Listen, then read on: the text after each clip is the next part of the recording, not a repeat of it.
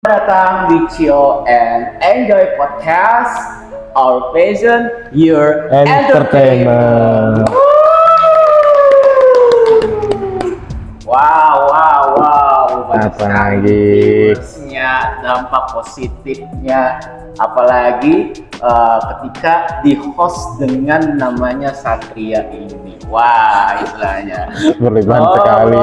Gimana bro? Gimana perasaannya ketika di Chill and Enjoy Podcast ini selama menjadi host itu apa dampak-dampaknya itu? Bridging nggak bridging ini teman-teman, langsung mau tanya-tanya. Padahal kita ada bintang tamu tadi, cuman kita cancel karena tidak bisa bahasanya tidak bisa memenuhi jamuan kami. Tadi kita reschedule, jadi kita di sini ngobrol-ngobrol santai aja bang ya. Iya.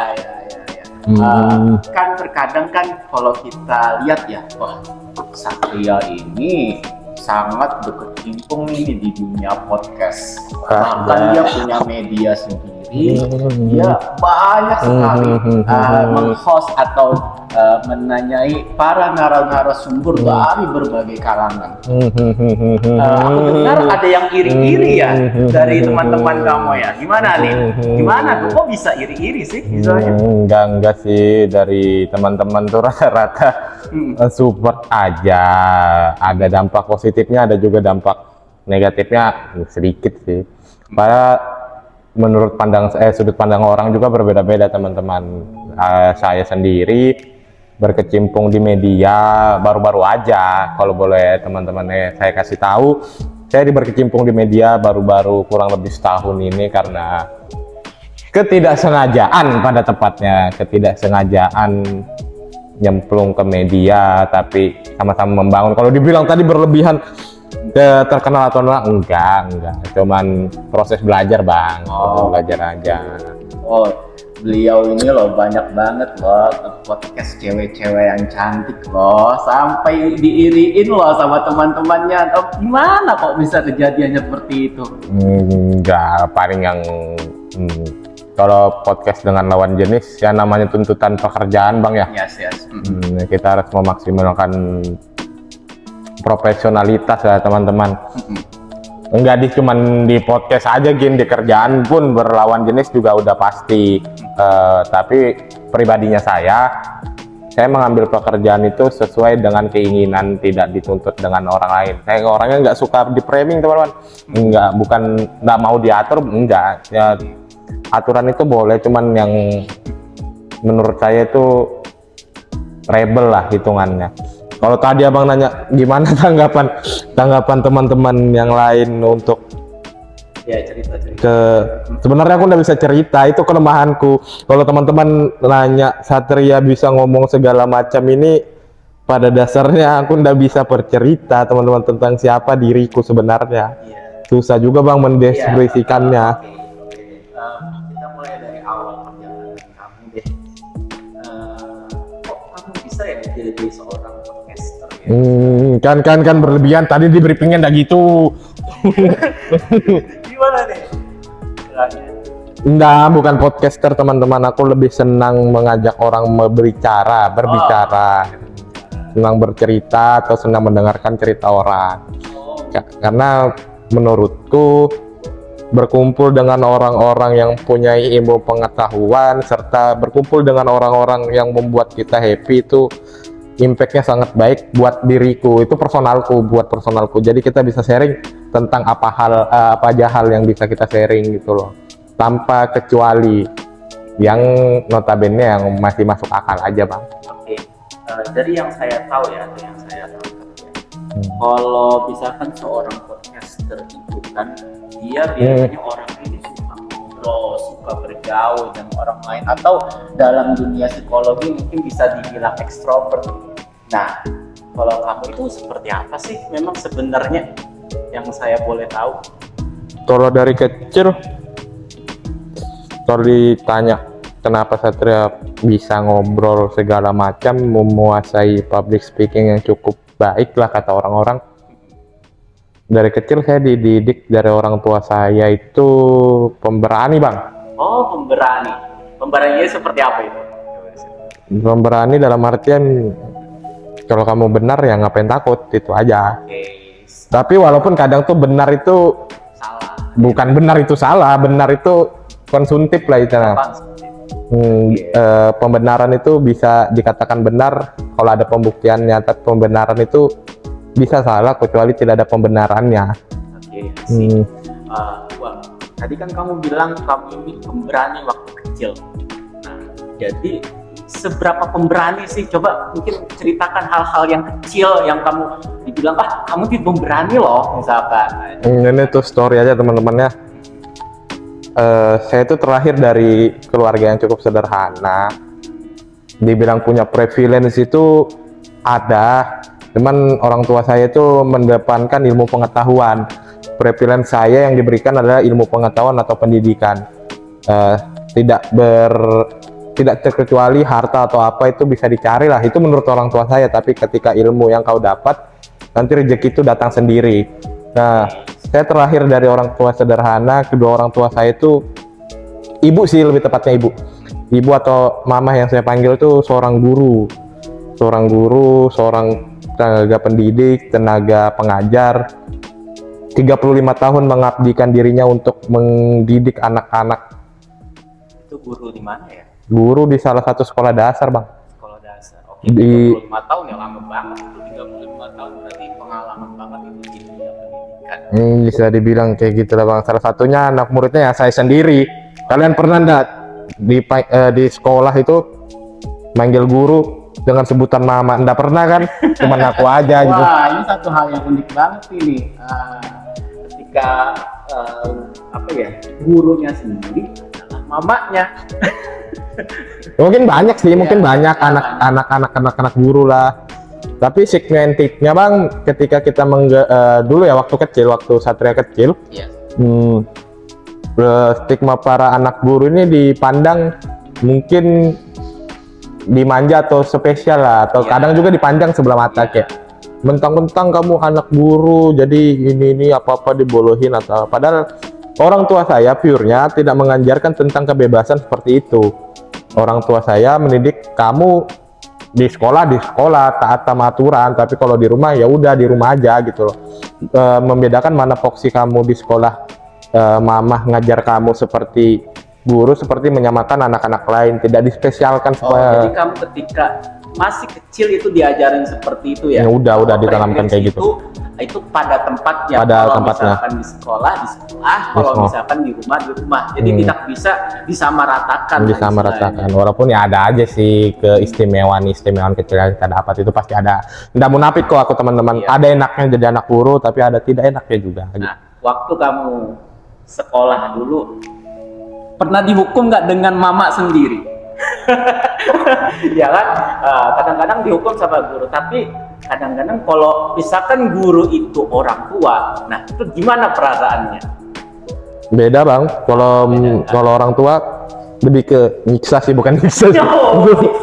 Dia mendidik sih, lebih tepatnya mendidik. Iya, karena zaman sekarang gini ya, kalau dalam sistem pendidikan sekarang, ketika ada nih guru yang mukul-mukul, udah dilaporin. Kalau orang dulu nih dipukul, kita ngadu malah dipukulin lagi. Ya itu yang sudut pandang yang berbeda juga teman-teman yang saya alami sama fenomena zaman sekarang. Dulu guru itu sangat ditakuti, bukan dalam artian takut untuk dihormati dan disegani, karena pada saat itu orang tua menitipkan anak ke sekolah itu buat dididik. Dididik itu. Jadi apapun konsekuensinya, guru itu berhak mendidik anak murid yang sudah diserahkan. Bahkan dulu kita punya ketakutan sendiri tuh, kalau kita buat salah baru ngelapor sama orang tua. Pasti kita yang dihabisi di rumah. Dihabisi tuh. Kamu pernah ngalamin hal? Pernah dong. Itu sudah jatuh tertimpa tangga. Pernah dong. Bahkan mamaku itu, kenapa mamaku itu enggak pernah ngambilkan aku rapot, kalau teman-teman tahu. Dalam artian pasti selalu diterakhirkan, nanti kamu terakhir aja ambil rapot, orang mama jadi guru di sini. Padahal kan ada impact suatu anak itu, ya ada lah dulu kayak kenapa sih selalu terakhiran, kenapa sih selalu didahulukan untuk kepentingan anak-anak orang lain, selalu anak-anaknya sendiri terlambat gitu. Nah, tapi semakin berkembangnya usia, semakin berkembangnya ilmu pengetahuan, ada maksud tersendiri orang tua seperti itu. Satria ada sedikit pengalaman lah.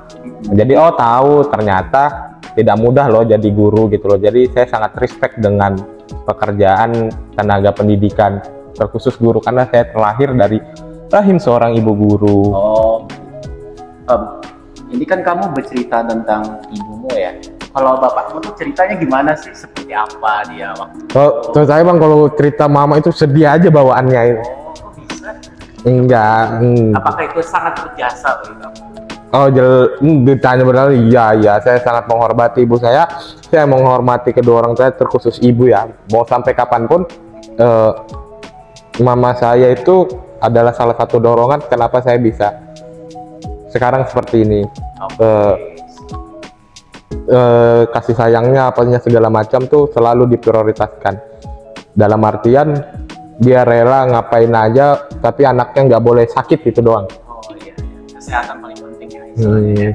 Mengorbankan kesehatannya pun dia rela, yang penting anaknya bisa, harus diturutin. Walaupun katanya nanti dari kata nanti itu kita juga belajar teman-teman. Kita memahami di usia sekarang kayak orang tua itu nanti anak ya, ternyata ada something di belakangnya. Ya. Dan di usia sekarang kita ini baru kita ngalamin ya. Misalkan kita ngaji waktu kecil, Pak, minta permen, minta belikan ini, tapi pasti ada orang tua bilang nanti ya. Kita tahu lah, pikiran orang tua itu pasti kemana-mana. Pasti yang didahulukan adalah tagihan listrik. Banyak yang dipertimbangkan, Bang. Tagihan lampu, misalkan tagihan-tagihan yang ada di rumah itu sebelum mendahulukan keperluan kalian lah sebagai anak kecil lah. Nah, mama lebih tepatnya papa juga mendahulukan, dia nggak boleh dia berstatement anakku tuh harus lebih dari orang tuanya, dalam artian anak-anaknya ini dididik jangan mau dalam segi pendidikan tuh harus lebih daripada orang tuanya. Dia sangat mendepankan, orang tua saya tuh sangat mendepankan pendidikan, apapun usahanya diusahain. Jadi saya tuh kadang miris ngelihat ketika anak sudah diberikan privilege dengan orang tuanya terkait harta maupun jabatan yang dimiliki orang tuanya, tapi dia tidak mampu memaksimalkan apa yang dia dapat. Sudah diberikan sama orang tuanya itu, teman-teman. Kadang kan menyalahgunakan wewenang orang tua itu juga tidak baik gitu loh.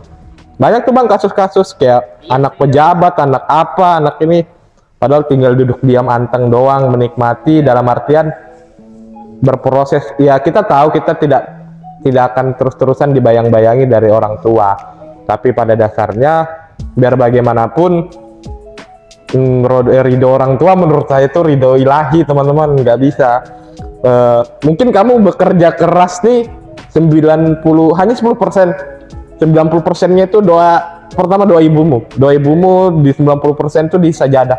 Dan Satria mengalami hal-hal seperti ini, ada pengalaman personal juga karena ibu juga sudah almarhum kan. Ibu sudah almarhum beberapa tahun yang lalu, baru 2 tahun sih bang. Dari ada perubahan yang signifikan gitu. Ada signifikan. Dulu Satria ingin melakukan apa saja, kayaknya dipermudah terus, kayaknya nggak mungkin deh ini nggak bisa. Ternyata bisa terus. Pas sudah kehilangan ibu, kayaknya betul deh gue bilang bahwa pengalaman kayak doa orang tua itu ngeri banget, mustajab banget gitu. Dulu teman-teman, aku kalau ditanya nakal, anak guru nggak nakal, aku nakal banget sumpah. Sampai mama aku itu jengkel gitu loh. Jengkel, kadang-kadang bisa menjewer. Tapi dibalik jengkel dan jewernya pasti rasa sayangnya kadang-kadang lebih besar daripada itu. Nakal banget aku tuh mukul anak orang tuh di SD tuh. Wah, berarti bad boy dong ya? Bukan bad boy, namanya juga anak-anak kan. Berarti jagau ya bahasanya. Nah, anak-anak main pukul-pukul anak orang doang. Karena aku dulu benci bang diceng-cengin kayak gini, mentang. Gimana nih? Zaman-zaman dulu tuh gimana? Karena aku latar belakangnya anak guru kan, kayak ceng-cengan. Dosa temani Satria, dia anak guru, nanti apa-apa dilaporin. Dibulinya seperti itu ya. Kayak segmented gitu lah, kayak kita tuh pelaporan padahal kita cuma mau ikut main gitu. Iya. Padahal kan kayak gitu, jadi kesal saya kayak pukul. Oh gitu. Kayak culas betul bang, kita kadang tuh ada sih preferensi kayak gara-gara dibilang anak guru aja kayak gitu. Jadi apa ya, kamu mengalami kesulitan ya dalam bergaul pada saat itu ya? Iya, ada juga sebagian teman tuh kayak respect aja gitu loh, respect dalam artian aku nggak mandang kamu anak guru Satria, aku loh cuman mau berteman sama kamu ya teman aja, kayak gitu kan hal-hal kayak gitu aja orang-orang tertentu aja yang paham. Gitu. Yang paling jengkelnya ya itu ketika dulu aku kecil mau main atau mau apa, kayak bukan dikucilkan sih, kalau dikucilkan parah banget enggak. Iya.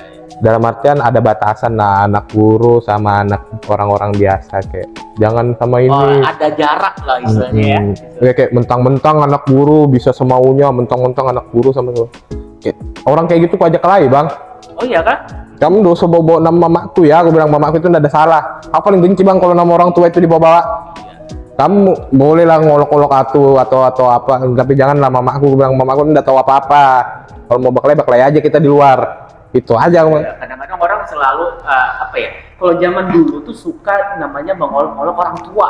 Yep. Nah, kamu pernah lah kejadian? Aku dulu tuh kayak gitu juga tuh. Iya iyalah. Ngolokin, Satu. Udin Bango misalnya, Udin Kecap misalkan. Aku Wah, kalau itu mau pasti sembunyi marah-marah. kalau aku mau menyembunyikan nama orang tua, nama mama aku loh terkenal, dalam artian aku sekolah di situ ya tahu lah anaknya ini ya tahu lah. Dulu tuh pas zaman banget tuh kalau kan orang tua. Pasti kalau kita menyebut apa ya? Ini nama orang tua ini privilege banget tuh, bisa jadi ini. Bisa jadi olok-olokan. Hinaan seumur hidup. Mau ngambil rapot, kayak rapot itu kan salah satu berharga kan ya, nama orang tua adanya di rapot. Kayak mana sekolah diantar sama mama, ikut sama mama sekolah sekalian ngajar, ya nggak tahu, ya pasti tahu lah itu mamanya Satria. Nggak bisa kita nyembunyikan kalau kita anak guru karena waktu itu masih kecil kan. Jadi ya ada enaknya, ada nggak enaknya. Paling ya itu kadang keterbatasan dulu waktu kecil. Kayak kamu dosa lakuin ini, kamu nggak enak nanti kamu dipandang anak guru. Padahal kan aku juga mau bebas teman-teman. Jadi stigma anak guru itu harus lurus. Iya, harus baik terus ya. Harus lurus, padahal kan aku terlalu belok. Bengkok lagi. Terlalu belok. Bengkok lagi, bengkok. Belok dalam artian aku juga Kalau tanya nakal banget aku temen nakal banget. Gitu. Jangan sampai ketika kita lihat ya, entah itu anak ustadz, anak guru, anak ulama, tidak selamanya dia pasti lurus doang. Pasti ada perjalanan. Belok-belok itulah misalnya. Walaupun harapan orang tua kita menjadi anak yang baik-baik itu pasti. Perjalanan itu beda. Dia tuh mendidik aja sih bang, mama di rumah sama papa itu di rumah. Jadi yang paling kamu kenang mama kamu. Ya, saya paling dekat sama mama sih bang. Oke. Kalau sama bapak kan betul-betul respect. Bapak itu betul-betul respect. Betul-betul pria tangguh itu. Boleh tahu nggak yang pas sebelum mungkin meninggal ada nasihat ya istilahnya dari orang tua kamu, misalnya mama kamu, apa yang kamu ingat atau peristiwa apa, bukan pas meninggal ya, atau peristiwa apa yang paling kamu ingat banget ketika sama mama kamu? Nanti pas kamu mungkin punya anak, kamu nanti ceritain nenek itu gini toh. Tadi lo ngomongin tadi cerita-cerita santai aja, malah cerita-cerita kayak gini lah. Aku malas tuh bang cerita-cerita kayak gini. Kalau ditanya momen berkesan apa sama orang tua, khusus ibu atau mama ya, berarti kan baru-baru juga lulus kuliah nih, baru kisaran 2020-2021 lah. Ada momen-momen instrumental, bukan instrumen, momen-momen emosional banget tuh. Kalau ditanya penyesalan datang terakhir ya jelas tuh kalau awal tuh pendaftaran. Anu sih bang, Satria kayak sempat down aja kemarin. Pada saat itu Satria lagi nyusun skripsi. Mama itu lagi drop-dropnya. Mama itu sering bilang nak pulang, karena Satria jarang di rumah kan. Satria ada kosan, ada kontrakan di kuliah situ. Mama itu sering nanya kapan selesai. Padahal itu sudah feeling ini kayaknya ada apa-apa nih. Pas sehari sidang skripsi itu pendadaran ya terakhir ya, atau pendadaran Iya. namanya itu udah down banget, udah kritis lah ibaratnya. 2 jam atau sekitar 3 jam pasca selesai Satria sidang tuh dia masih sadar, dia masih manggil Satria kayak gimana, sudah lulus ya, udah Mas Satria udah lulus, tapi tunggu bentar ya, bentar aja Mama sehat-sehat segala macam, bentar lagi Satria habis ini ngurus semuanya, Satria bisa wisuda sesuai dengan perintah Mama. Tapi pasca kurang dari 24 jam Mama itu hilang sudah. Itu yang paling seru banget, kayak anjing siapa tahu selesaikan skripsiku cepet-cepet padahal kemarin gitu.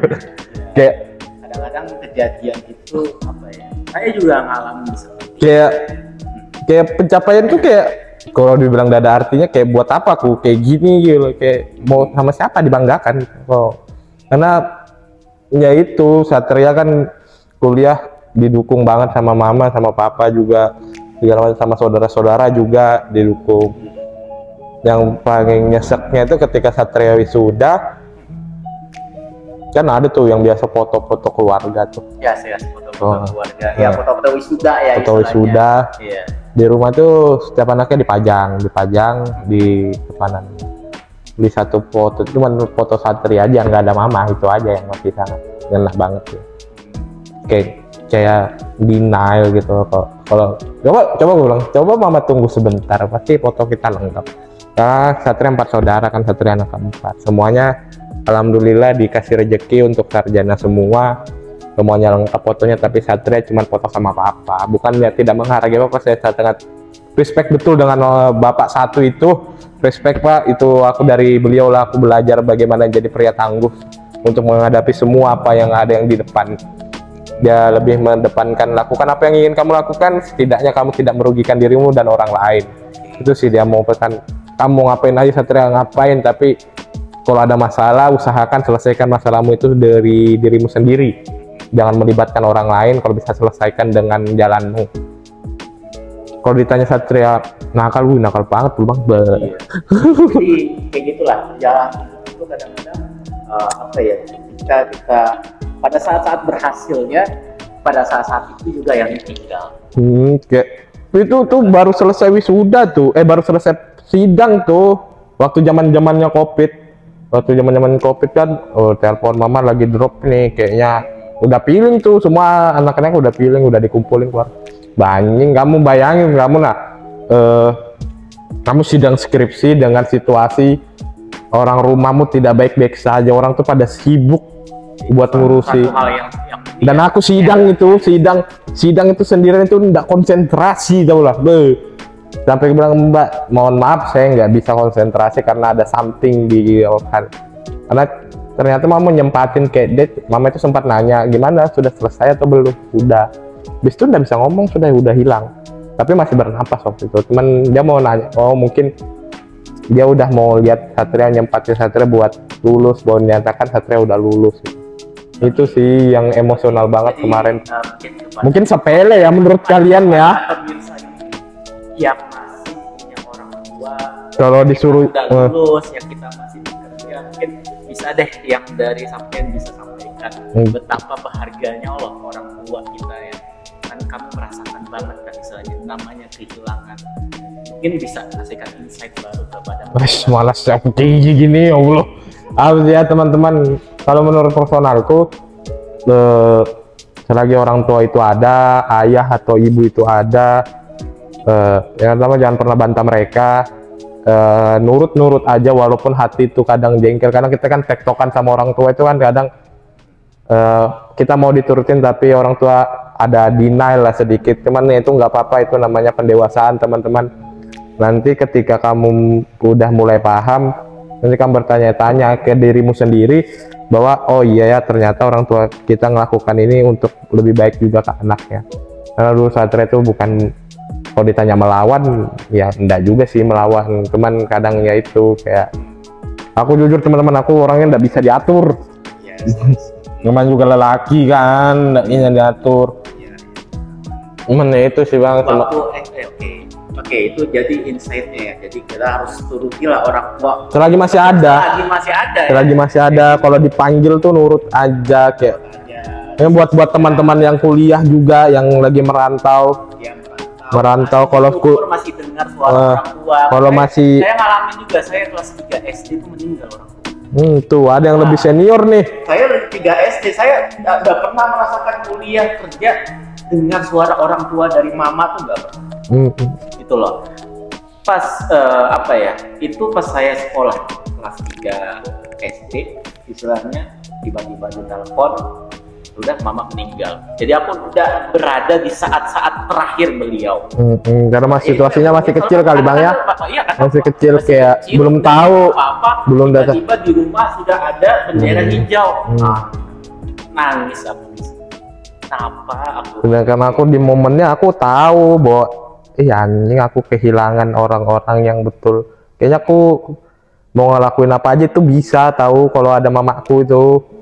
Nggak pernah ngelarang, mamaku tuh nggak ngelarang mau atau apa mau kemana. Yang penting jangan jaga nama baik keluarga, jaga dirimu, jaga baik-baik. Kalau berhubungan sama orang itu baik-baik, jangan pernah membuat hati orang itu sakit. Kalau kamu membuat hati orang sakit ya minta maaf gitu.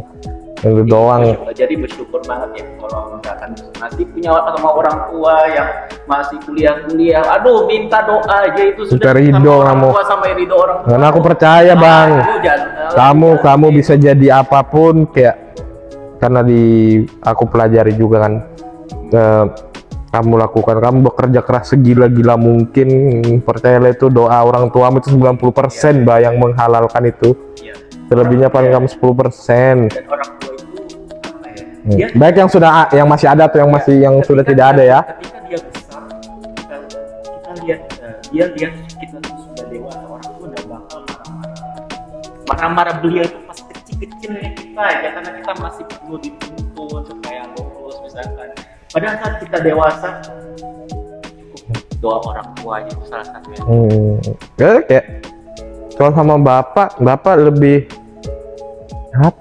Bapak Satria itu lebih kalem, bukan kalem, tegas itu orangnya disiplinnya militer loh. Beliau dari militer kan? Kebetulan enggak. Bapak saya cuman bapak-bapak biasa lah, bapak-bapak kocak. Mungkinnya. Teman disiplin banget dia sama anaknya tuh. Kalau iya enggak bisa tuh dia neko-neko gitu loh. Kalau Satria keras kepala ya ini aku loh, darah dagingmu. Karena dari bapaknya. Iya, biasanya gitu. Ketika orang yang keras itu berasa dari bapaknya. Tapi lembah lembut mamaku. Nah, aku lemah lembut banget ini. Curhatnya ke mama kan. Biasanya kayak gitu. Nggak ada, kalau pulang itu yang ku cari mamaku. Aku nanya ke bapak itu cuman, Pak, di mana mama? Nah, itu doang gitu. Pak, di mana mama? Aku nanya semua hal itu sama mamaku. Kalau aku nanya bapakku, Mbak, di mana mama? Itu aja. Jadi waktu kecil dulu, waktu SD dulu, kamu sudah tahu senakal-nakalnya kamu pernah nggak nakalnya dengan cinta? Ada main-main misalkan sama cewek dulu, misalkan waktu SD dulu. Dari memang aku juga kadang heran kok orang bisa jatuh cinta waktu SD. Aku nggak bisa, aku nggak pernah. Karena aku sekarang kan papi mami. Aku nggak pernah. Ya kan, karena dunia kita bisa dia papi mami ya waktu kelas 3 SD ya. Kadang papi mami sudah. Karena dunia aku main teman-teman dunia itu main-main istilahnya. Main aku keluar, pulang senja dimarahi, mandi di sungai dimarahi kayak. Satria kalau sudah nggak pulang tuh dicariin, diteriakin. Aku biasa aja. Paling terkenal bang aku di kampung dulu. Artian, ini Satria pasti anaknya Ibu Mardiana ini. Pasti anaknya ini nih. Jadi tidak ada mikirin masalah cinta-cintaan ya pada. Mama aku itu cuma tarik napas doang kalau anaknya buat masalah. kamu lagi tuh. Sudah. Nah, aku tidak mau sama aku personalku sendiri. Aku tidak pernah. Mama itu nggak pernah suruh ambil rapot juga sih, lebih tepatnya. Karena aku tahu aku nakal. Pasti yang terakhir ya. Yang nakal yang terakhir. Kecuali aku berprestasi baru aku panggil tuh kalau bisa datang ya. Tapi kalau sudah Satria ketahuan ini. Terakhir Pasti dah belakang gitu ya. Privilege anak guru itu ada. Kalau dulu Tanggung jawabnya luar biasa. ya ada beban moral sendiri sih bang, kayak kamu anak guru udah boleh ini bahkan yang teman-teman tahu apa ya. Kadang-kadang gitu loh, kalau anak ustadz kok. Iya, ada beban. Kamu nih anak ustadz gak boleh gini. Iya kan banyak tuh fenomena begitu, kayak di selebriti juga kita lihat, kayak anaknya Ustadz Abdul Jeffrey, Ustadz Jeffrey, misalkan anaknya main pelet atau apa.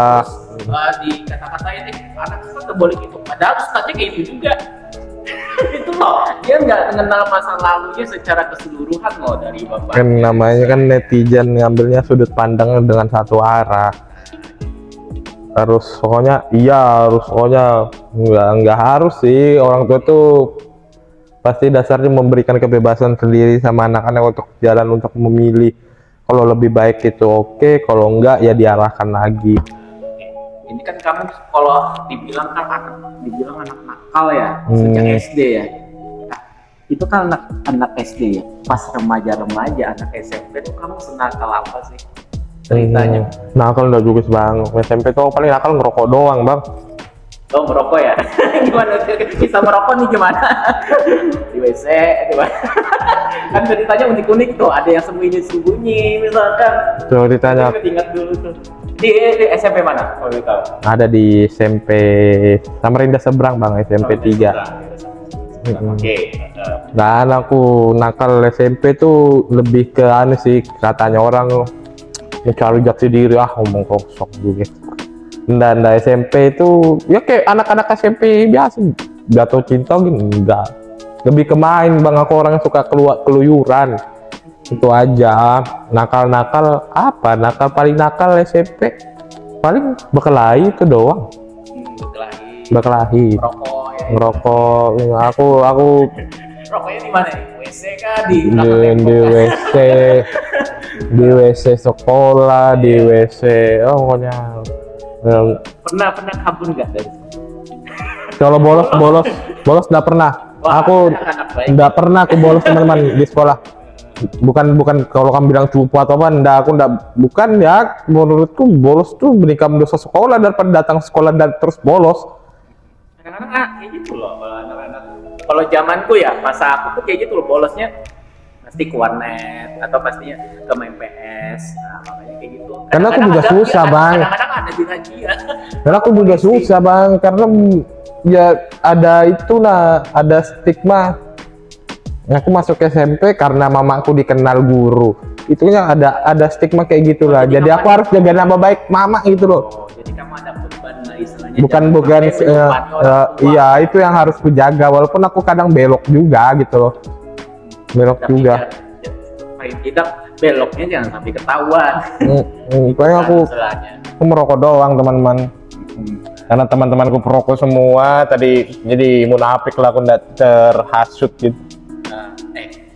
Menurut kamu gini, kan remaja merasakan bahwa SMP mulai namanya merasakan cinta monyet lah istilahnya. Nah, dulu waktu aku SMP, aku Islam, yang dapat misalkan pacaran, yang dapat cewek cantik pasti orang-orang yang nakal. Sampai sekarang itu stigmanya. Ya, sampai orang-orang yang bad boy.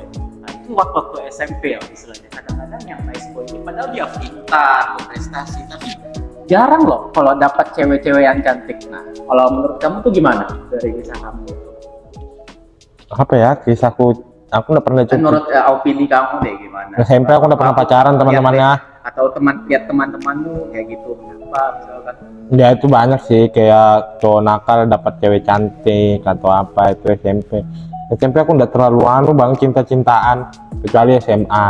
Wah, iya. Kecuali SMA. Tapi kalau bicara sedang sudut pandang kayak gitu, kita juga kadang tuh nilai, lihat sampai sekarang sih, kayak konteks cowok brengsek itu lebih menarik di kalangan orang-orang tertentu, di wanita-wanita.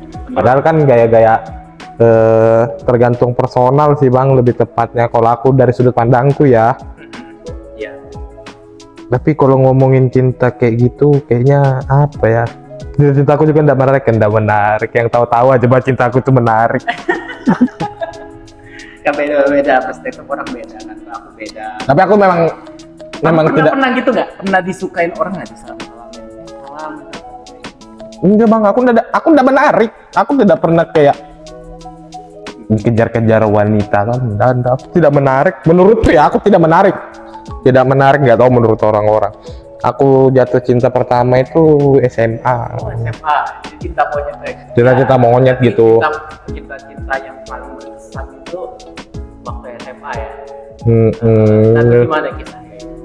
SMA apa ya?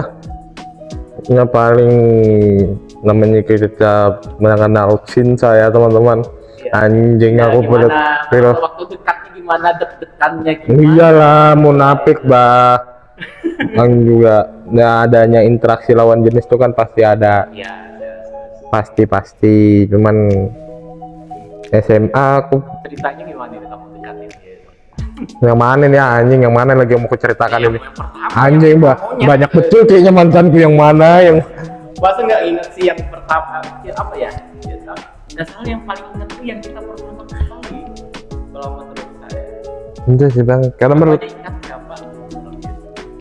Salah satu aja ya. Iya.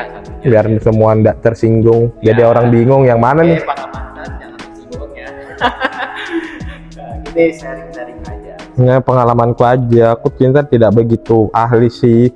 Karena aku orangnya bukan gampang bosan. Aku nggak terlalu ambisi mengenai cinta, enggak. Kalau ada, karena prinsipku kalau ada yang mau ya udah, kalau nggak ada ya udah nggak apa-apa gitu loh. Nggak terlalu, karena aku lebih mementingkan adalah satu keinginan yang dulu ingin kucapai.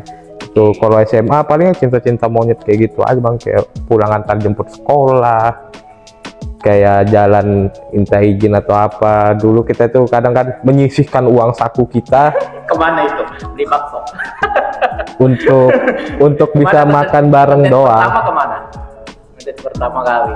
Ada di makan aja bang, ngedate kemana sih, ke bioskop enggak juga. Paling makan aku SMA itu paling antar jemput doang, bis tuh udah bisa aku kayak pacaran berlebihan tuh. Karena keterbatasan juga kan, karena aku lebih mengenal aku loh siapa gitu loh. Nggak bisa aku kayak bukan memanfaatkan orang tua, enggak, aku pengen aku mampu di diriku sendiri. Banyak banget tadi kita bahas ya tentang Satria ini, dari perjalanannya itu kadang-kadang di luar dari ekspektasi kita, misalkan yang sebagai yang suka nanya-nanya orang, misalkan dari perjalanan hidupnya, mulai dia jadi anak nakal, misalkan ya mulai dia terbebani, misalkan menjadi seorang anak guru tuh gimana, sampai kisah-kisah cintanya lah istilahnya di waktu SMP maupun SMA. Oke, sebelum kita tutup di Cio and Enjoy podcast ini, ada planning apa sih ke depan bang? Closingnya main sekali ya. Kalau kita coba lihat bang, kalau sekarang Satria lagi fokus sama apa yang Satria lakukan, ada di kerja pekerjaan juga. Kalau karir kan juga masih muda, mencoba apapun yang kita mau itu kan harus gitu. Dalam artian melakukan apa yang kamu lakukan. Planning ke depan ada kerjaan yang semoga kerjaan yang aku pilih nih, nyari ke depan. Planning apa yang abang maksud ini, aku juga bingung nih, aku lagi kosong ini. Ya mungkin ada proyek apa, mungkin di apa ya, kreatif data. Oh iya, ini kan kayak kamu, nggak salah kamu ngundang-ngundang itu kan di DM orang kan. Jadi Cio and Enjoy podcast ini sudah banyak yang tertarik dia, bahkan nggak salah terakhir kali ada yang caleg loh. Dia pengen juga jadi narasumber loh. Ini gimana nih bang? Iya, sudah ada beberapa DM yang masuk sih, kayak pengen diundang. Saya kira boleh nggak main di podcastmu, boleh nggak main di podcast jadi bintang. Nah iya, nanti ada giliran teman-teman. Kalau teman-teman nonton ini mau diundang ke sini, ya tunggu aja nanti. Ya, oke. Jadi tunggu tanggal mainnya. Semua pasti diundang. Kita open banget untuk siapapun dari berbagai background, baik itu cewek, cowok, maupun yang dari partai ya, maupun dari yang lurus sampai yang belok-belok tuh kita undang aja. Yang penting ngobrol aja di sini. Karena di sini adalah Cio and Enjoy podcast, adalah podcast yang ngobrolan dengan santai aja sih. Kalau tadi abang nanya goals ke depan atau tantangan Satria yang paling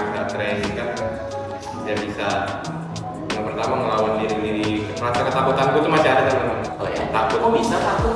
Takut untuk gagal, takut untuk ini itu masih ada itu. Karena coba melawan itu dulu. Kalau teman-teman nilai Satria bisa ngomong di mana aja, bisa ngadepin orang di mana aja, percayalah ada yang kalian tidak tahu di balik proses itu.